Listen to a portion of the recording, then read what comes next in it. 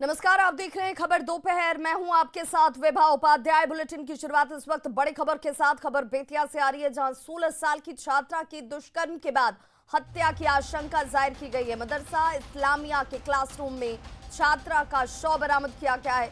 Shikarpur police छानबीन में जुटी हुई है। दुष्कर्म के बाद गला दबाकर हत्या की आशंका जाहिर की जा रही है, जिसमें बताया जा रहा है कि दुष्कर्म की गई और उसके बाद गला दबाकर हत्या की गई है। नरकटियागंज के हसनपुर मदरसा की यह घटना है। और सहयोगी प्रफुल्ल हमारे साथ इस वक्त ज्यादा जानकारी के साथ फोन लाइन पर जुड़ गए हैं। प्रफुल्ल, क्या कुछ अब तक इस जांच में जानकारी के तौर पर सामने आया है? ये छात्रा वहां पर क्या कर रही थी? परिजनों की तरफ से कोई शक शुबा? जी विभा, मैं आपको बता दूं कि लड़की जो है वो कल देर शाम को घर से निकली थी कि शौच करने का नाम लेकर वो घर से निकली थी। लेकिन वो लड़की उस लड़की का जो सौ रात भर लड़की घर नहीं लौटी। उसके परिजनों ने काफी खोजबीन की और आज किसी ग्रामीण ने उसे मदरसा के क्लासरूम में देखा। उसके बाद उसका शव मिला, जिसके बाद परिजनों को सूचना दी गई। मौके पर गाँव के लोग भी गांव के लोगों की भीड़ इकट्ठा हो गई और उसके बाद इसकी सूचना जो है पुलिस को दी गई। तो ये अहम एक बड़ा सवाल है, यह है कि आखिर लड़की जब घर से निकली उसका मदरसा में कैसे पहुंची। इसका ये अहम सवाल है, जिसकी जानकारी लगाने में पुलिस जो है जुट गई है। फिलहाल पुलिस ने कार्रवाई को आगे बढ़ा दिया है और मौके पर डॉग स्क्वाड के साथ साथ एफएसएल की टीम को भी बुलाया जा रहा है। परिजनों ने हालांकि किसी पे शक नहीं जताया है, किसी का नाम नहीं लिया है। इसलिए अज्ञात आरोपी मानकर अज्ञात लोगों पे केस दर्ज कर पुलिस आगे की कार्रवाई में जुट गई है। शव को पोस्टमार्टम के लिए भेजा जा रहा है। लेकिन ये बहुत बड़ी घटना है और ये एक तरह से कहा जाए कि ये बहुत बड़ा सवाल है और पुलिस जो है ये इस रहस्यमय मर्डर मिस्ट्री जो है उसको सुलझाने में जुट गई है। और पुलिस के सामने कई ऐसी चुनौतियां हैं जिसका पता लगाना पुलिस के लिए काफी अहम है कि आखिर लड़की वहां कैसे पहुंची और किन लोगों ने इस घटना को अंजाम दिया है। हालांकि अभी आशंका ये जताई जा रही है कि दुष्कर्म के बाद लड़की की हत्या की गई है। लेकिन फिलहाल पुलिस इस मामले को पुलिस का ये मानना है कि जब तक पोस्टमार्टम रिपोर्ट नहीं आती तब तक कुछ भी कहना अभी जल्दीबाजी होगी। चलिए, बहुत बहुत शुक्रिया प्रफुल्ल इस तमाम जानकारी के लिए आपका। छपरा में बालू के अवैध कारोबार से काली कमाई करने वाले 9 पुलिसकर्मियों पर गाज गिरी है। जी हां, बालू के कारोबार को संरक्षण देने और अवैध उगाही के आरोप में 9 पुलिसकर्मियों को सारण एसपी ने सस्पेंड कर दिया है। अवैध वसूली के मामले में ये बड़ी कार्रवाई हुई है, जिसमें कार्रवाई करने के साथ ही साथ अवैध वसूली का वीडियो जब जारी हुआ था, कुछ लोगों ने सारण एसपी को ये वीडियो भेजा था, जिस पर एसपी ने अपने स्तर से जांच करवाई। जांच के आदेश दिए गए और जांच में मामले में सत्यता पाए जाने के बाद ये बड़ी कार्रवाई हुई है। सहायक अवर निरीक्षक धीरेन्द्र सिंह, हवलदार प्रयाग सिंह, सिपाही निरंजन कुमार सिंह, सिपाही कमलेश यादव को तत्काल प्रभाव से निलंबित कर दिया गया है और गृह रक्षक अभिषेक कुमार, शिव नंदन राय, मुक्तेश्वर साव, भृगुनाथ राय, आशुतोष मिश्रा को तत्काल प्रभाव से लाइन हाजिर करते हुए कर्तव्य से वंचित कर दिया गया है। और सहयोगी संतोष गुप्ता हमारे साथ इस वक्त ज्यादा जानकारी के साथ फोन लाइन पर जुड़ गए हैं। संतोष, एक बड़ी कार्रवाई के तौर पर इसे देखा जाए तब जब पुलिस को लेकर लगातार सवाल खड़े होते हैं कि वीडियो हैं, तमाम सबूत होते हैं, कार्रवाई नहीं होती है। अब ये कार्रवाई शुरू हो चुकी है। जी बिल्कुल, कार्रवाई लगातार हो रही है। कई पुलिसकर्मियों को ऐसे ही सस्पेंड किया गया है। हम बता दें कि ये मामला सोनपुर में सामने आया था, जो काफी चर्चा में रहा था, जब सोनपुर के पुलिसकर्मी एक ट्रक का पीछा करते करते हाजीपुर चले गए थे, जहां लोगों ने बंधक बना लिया था। तब पुलिस की काफी फजीयत हुई थी। उस मामले की जांच कराई गई और ये पाया गया कि वो पुलिसकर्मी जो थे अवैध रूप से उगाही के चक्कर में वो दूसरे की थाने की सीमा में प्रवेश कर गए थे, जहाँ उन्हें बंधक बना लिया, उनके साथ मिस हैंडलिंग की गई थी। वहीं दूसरा एक वीडियो वायरल हुआ था मकेर में, जहाँ पुलिसकर्मी खुलेआम सड़क पर वसूली कर रहे थे, जिसका वीडियो कुछ लोगों ने गुजरते हुए बना करके एसपी को भेजा था और एसपी ने इस मामले की जांच डीएसपी से कराई थी और ये मामला सत्य पाया गया था। उनकी पहचान की गई थी कि वो मकेर थाने के पुलिसकर्मी थे। उन लोगों को सस्पेंड किया था। कुल 9 पुलिसकर्मियों को सस्पेंड के खिलाफ विभागीय कार्रवाई की गई है और जिसमें 4 को सस्पेंड किया गया और 5 जो होमगार्ड जवान थे उन्हें कार्य मुक्त कर दिया गया है। तो एक बड़ी कार्रवाई कही जा सकती है, लेकिन इसके बावजूद ये जो कारनामा है वो रुकने का नाम नहीं ले रहा, क्योंकि छपरा जो है बालू का हब बन गया है। यहाँ से होकर के बड़े बड़े ट्रक जो है वो उत्तर प्रदेश को जाते हैं और ये जो एक रैकेट बन गया है उसमें पुलिसकर्मी भी शामिल हो गए हैं और कहीं ना कहीं उसको संरक्षण दे रहे हैं और उसी को लेकर के लगातार कार्रवाई चल रही है। चलिए, बहुत बहुत शुक्रिया संतोष इस तमाम जानकारी के लिए।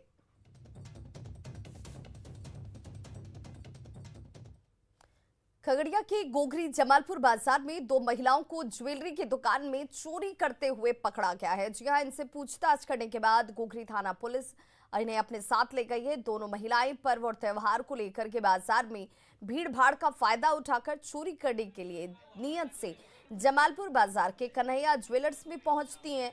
दोनों महिलाओं ने दुकान से सोने की मांगटीका की चोरी कर ली। दोनों वहां से चोरी के लिए सागर ज्वेलर्स पहुंची, जहां दुकानदार ने उन्हें चोरी करते हुए रंगे हाथों पकड़ लिया। महिला चोरों की पूरी करतूत दुकान के सीसीटीवी कैमरे में कैद हो गई। महिला चोर के पकड़े जाने की खबर जैसे ही बाजार में फैलती है, उसके बाद वहां लोग भीड़ की शक्ल में इकट्ठा हो गए। दोनों महिला चोर नौगछिया की रहने वाली हैं और अपना नाम खुशबू और अंजलि बता रही हैं।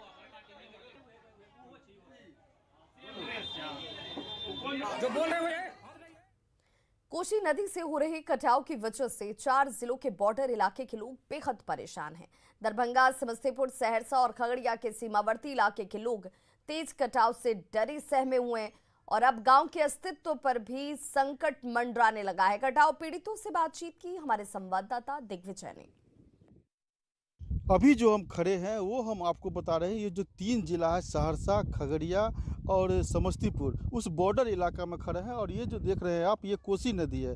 पिछले कई सालों से कोसी नदी से जो कटाव हो रहा है, ये जो पूरा बॉर्डर इलाका के जो लोग हैं, जो समस्तीपुर, दरभंगा और खगड़िया के बीच के जो गांव है, उस गांव जो है सो कटाव का भेंट चढ़ रहा है। और धीरे धीरे जो स्थिति है ये देख सकते हैं आप कि जो उपजाऊ ज़मीन थी वो धीरे धीरे कटते कटते अब गाँव तक सट गया। यहाँ पर जो कटाव पीड़ित हैं वो काफ़ी दहशत में होने। ये लग रहा है कि जो जिस तरह से कोसी नदी से जो कटाव जारी है, उनका गांव के अस्तित्व पर भी संकट आ जाएगा। कुछ लोग हमसे बात करते हैं। अच्छा, कौन सा गांव चाहिए से? ये बहावा गांव है। अच्छा, की भ रहल छै त जी, की कटाव भ रहल छै? हाँ जी, यहाँ कटाव हो रहल छै एकदम बहुत। अब मने बस्ती कब रहते या नहीं रहते से एकर कोई ठीक नहीं छै। अब एकर कोई मने व्यवस्थे नहीं, कोई मने साहेब और आबै छथिन, कोई एकरा देखे बहाल नहीं करै छथिन। आ मानि लै छियै हमे आर जे छै से तरेगनमे छियै, जे मानि लै छियै बस्ती हमरा आरके उपटि जेतै तऽ कहाँ जेबै नहीं जेबै, बाल बच्चा लए के से हमरा आरके मने एहिके घबराहट ज्यादे छै। हाँ सर, जे छै लगभग हमे आर जे छै से 150 लोग छियै यहाँ, 150 घर है। अच्छा जी, की बॉर्डर इलाका के कारण काम? हाँ, बॉर्डरे के इलाका के कारण से जे यहाँ 4 गो जे छै से बॉर्डर छै, एहिके कारण से हमरा आरके कोई सरकार सुनै वाला यहाँ तैयार नहीं छै सरकार। और हम लोग के देखियो कि बाल बच्चा के भी बहुत कष्ट होय वाला छै। किया रोज कटाव होइ छै कि मानियो कि रोज के रोज लगभग जे छै से आधा किलोमीटर दाबै छै। बुझिए, ई दाबते दाबते देखियो आइ कते दूर में रहे, लगभग जे छै से मानियो कि यहाँ से 20 जे छै से बीघा का अंतर रहे, आ से अभी काट करके पछुआर आबि गेलै। दिग्विजय कुमार, न्यूज 18, कुशेश्वर स्थान। बांका और मुंगेर जिले के दर्जनों गांवों को जोड़ने और कांवरियों को कुमसार नदी की तेज धार से बचाने के लिए करीब 1 दशक पहले कुमसार नदी पर एक विशाल पुल बनाया गया था, लेकिन ये पुल अवैध वसूली उत्खनन की वजह से धंस गया है। लेकिन लोगों की परेशानी अब इस वजह से बढ़ गई है। बेलहर के कुमारसर नदी से ध्वस्त पुल का जायजा लिया बांका संवाददाता नागेंद्र द्विवेदी ने। अभी हम फिलहाल बांका और मुंगेर जिला को बांटने वाले कुमरसार नदी में हैं और कुमरसार नदी पर बना ये विशाल पुल है जो कि 1 दशक पूर्व बना था और करीब 10 करोड़ की लागत से बना था। इस पुल को बनाने का मकसद ये था कि जो कांवरिया पथ सुल्तानगंज से जल भरकर देवघर जाते हैं, एक कुमरसार नदी पार करना पड़ता था, जो कि कई कांवरिया को नदी की तेज़ धार में बहने के बाद जिला प्रशासन के द्वारा इस पुल का निर्माण किया गया था ताकि कांवरिया इससे गुजरने लगे। लेकिन कुमरसार नदी से बालू की बेतरतीब और अवैध ढंग से उठाव को लेकर पुल का 6 पाया फिलहाल धंस चुका है। आप देख सकते हैं कि पुल का आकार 6 पाया के बीच में वक्राकार होते जा रहा है। पुल के 6 पिलर धंस चुके हैं और फिलहाल इस पुल से मुंगेर और बांका को जोड़ने वाले दर्जनों गांव का संपर्क पूरी तरह से ठप है। इस पे दोनों तरह से पक्के का चेकनाका लगा दिया गया है और लोगों को आने जाने से रोक दिया गया है। कौन पुल है और कब से क्या हुआ है पुल में? कुमरसार पुल। हाँ। नदी का नाम कुमरसार है। हाँ। कुमरसार नदी। क्या हुआ है? अभी तो ये तो धस गया तो आज ये 1 साल से धसा हुआ है। अच्छा, और जिस समय बना था उस समय तो हम नहीं थे यहाँ। बहुत परेशान है, गाड़ी घोड़ा आने जाने में बहुत दिक्कत हो रहा है, सामान इधर उधर करने में। हरासमेंट हुआ। मतलब कितने गांव को बांका ये और मुंगेर बाका का कनेक्टिविटी कट गया है। कितना गांव को जोड़ता था ये? अरे वाह, करीब 50 गाँव। 50 गांव। बेसी तो 50 गाँव से बेसी। अच्छा, तो यातायात ये साहिबगंज से जो है इधर से जो आएगा इधर होकर के चला जाएगा बाका। फिलहाल जो लोग पुल से जन संपर्क अपना बना पाते थे उनका संपर्क पूरी तरह से ठप है। Nagendra, news 18 network, Banka.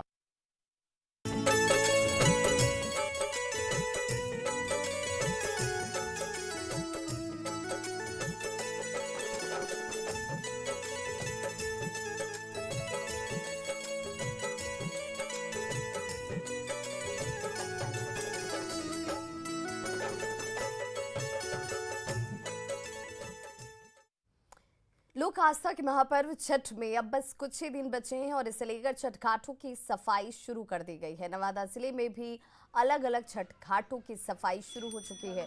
शहर के मिर्जापुर स्थित सूर्य धाम छठ घाट का जायजा लिया संवाददाता अनिल विशाल ने। लोक आस्था का महापर्व छठ में अब महज कुछ ही दिन बचे हैं और अभी से ही घाट, तालाब, नदी, पोखर की सफाई शुरू हो गई है। इस पर्व में स्वच्छता और शुद्धता का विशेष ख्याल रखा जाता है और यही कारण है कि लोग बड़ी संख्या में नदी, तालाब और पोखर में आकर सूर्य को अर्घ्यदान करते हैं और इसको लेकर नवादा में अभी से ही तैयारी शुरू कर दी गई है। हालांकि कोरोना को लेके बहुत से लोग इस पर्व को अभी अपने घरों में ही मना रहे हैं, मगर अभी भी बड़ी संख्या में लोग पोखर, तालाब, नदी में ही जाकर अर्घ्यदान करते हैं। इस वक्त हम तस्वीर आपको नवादा के प्रसिद्ध सूर्य मंदिर धाम का दिखा रहे हैं, जहाँ की खुरी नदी पे जो सफाई का कार्य जो है जो शुरू हो गया है और अभी से ही यहाँ पे सफाई कर्मी जो है जेसीबी के द्वारा सफाई में जुट गए हैं। इस वक्त हमारे साथ मौजूद है नगर परिषद के पूर्व उपाध्यक्ष। हम उनसे जानते हैं सफाई को लेकर क्या कुछ किया जा रहा है। पिछले 3 दिनों से जेसीबी के द्वारा साफ सफाई किया जा रहा है, वो साइड का सफाई, और मजदूर भी कल से लगाया जाएगा नदी में साफ सफाई, गंदगी साफ करने के लिए। और फिर अलग अलग एक धार में पानी बह रहा है उसको 3 धार में पानी बहा के, ताकि भीड़ नियंत्रित रहे, अलग अलग चैनल 3 चैनल बनवा करके उसको नियंत्रित किया जाएगा। क्या कुछ इस बार नया कुछ विशेष तैयारी की जा रही है? विशेष तैयारी क्या, मतलब कोरोना का देखते हुए हम लोग को विशेष तैयारी क्या, नगर परिषद तो हर साल मतलब विशेष साफ सफाई अभियान चलाती ही है। छठ में छठ घाट को तैयार करती ही है। जैसा कि आपने सुना कि नगर परिषद के कर्मियों के द्वारा जो है सफाई यहाँ पे शुरू कर दी गई। हालांकि शुरुआती दौर में अभी काम शुरू हो गया है, हालांकि मुकम्मल सफाई अभी नहीं दिख रही है, मगर कर्मी यहाँ पे जो है सो दिन रात एक करके यहाँ पे तालाब को, अब घाटों को बनाना शुरू कर दिए हैं, जो आगे आने वाले कुछ दिनों में यहाँ पे काम दिखना शुरू हो जाएगा। अनिल विशाल, न्यूज 18 नवादा।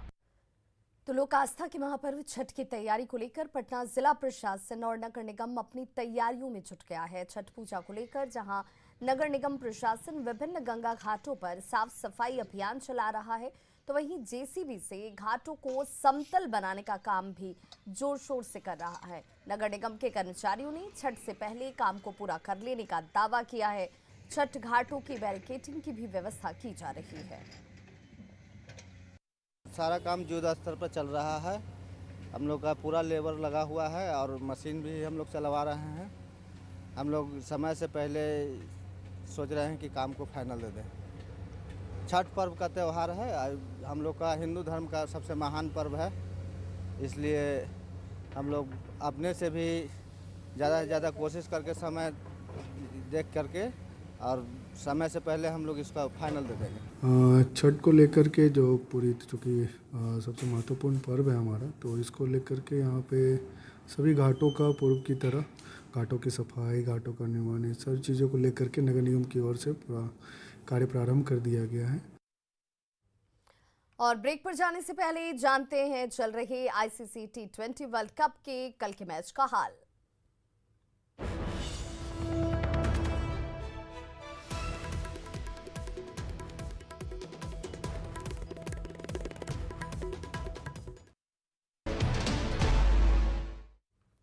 ब्रेक के बाद एक बार फिर से आप सभी का बहुत स्वागत है। खबर मुजफ्फरपुर से, जहां पर अज्ञात हमलावरों ने चाकू से हमला कर ट्रक चालक को घायल कर दिया और इस घटना से आक्रोशित ट्रक चालकों के साथ स्थानीय व्यवसायी जो हैं उन्होंने सड़क जाम कर जोरदार प्रदर्शन किया है। आक्रोशित लोगों का ये आरोप है कि बाजार समिति में आने वाले ट्रक चालकों से लगातार लूटपाट और छिनतई की घटनाएं होती रहती हैं, लेकिन शिकायत के बावजूद इस तरफ प्रशासन जो है वो लापरवाह बना हुआ है। लुटेरों की हिमाकत बढ़ गई है।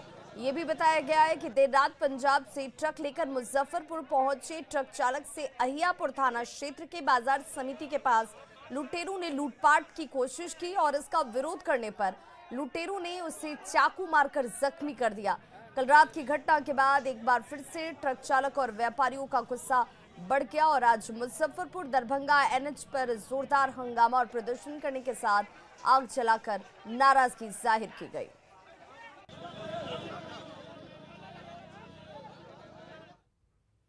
ये हर दिन रेगिस्तान की तपती रेत में मीलों पैदल चलते हैं।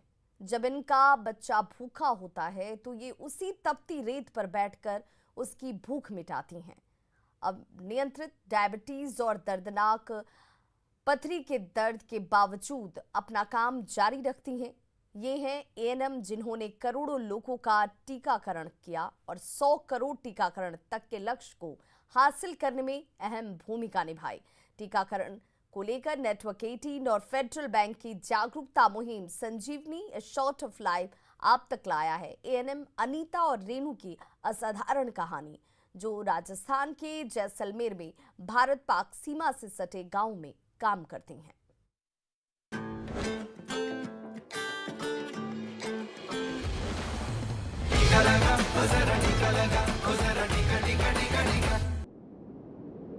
थार रेगिस्तान जो दुनिया की कुछ सबसे दुर्लभ जगहों में से एक है।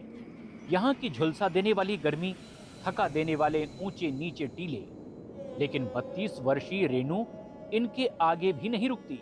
रेनू एक एएनएम है जो राजस्थान के फ्रंटलाइन स्वास्थ्य कर्मियों में से एक हैं। इनका काम लोगों का टीकाकरण करना है।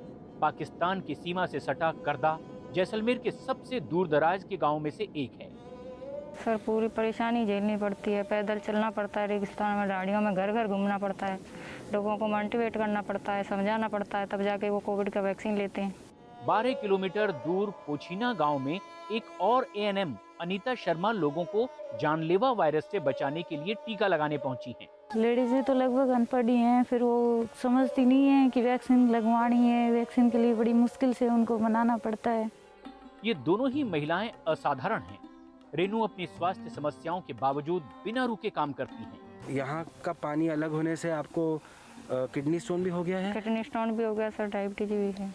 अचानक ही अनीता को बीच में रुकना पड़ा। उनकी बेटी भूखी है, वो वहीं रुकती है और रेत पर बैठकर अपनी 9 महीने की बच्ची जानवी को दूध पिलाती हैं। वहीं रेनू एक गांव में पहुंच गई हैं, जहां अब वो लोगों का टीकाकरण करेंगी। यहाँ पे उन्होंने ऊँटों के ऊपर जाके वैक्सीनेशन किया है, जो कि एक तरीके से जो नॉर्मल इंसान सोच भी नहीं सकता है। मतलब आप एसी में बैठ के कोई काम कर रहे हो और कोई ऐसे इतना तेज टेम्परेचर, जो कि असर में कहें तो 50 डिग्री प्लस होता है। दोनों ही गांव में लगभग 100% आबादी को टीके की पहली खुराक लगा दी गई है। अपने काम से बढ़कर समर्पण दिखाने वाली इन महिलाओं को संजीवनी सलाम करता है। ये है हमारी संजीवनी चैंपियन। हमें ये काम तो करना ही है, लोगों को जागरूक करना है, 100% वैक्सीनेशन भी कराना है सर। कुछ भी हो जाए तो हम करा के ही रहेंगे। हम कुछ ऐसे प्रयास करें जिससे कि मतलब किसी का भला हो सके, कुछ ऐसा करें देश के लिए।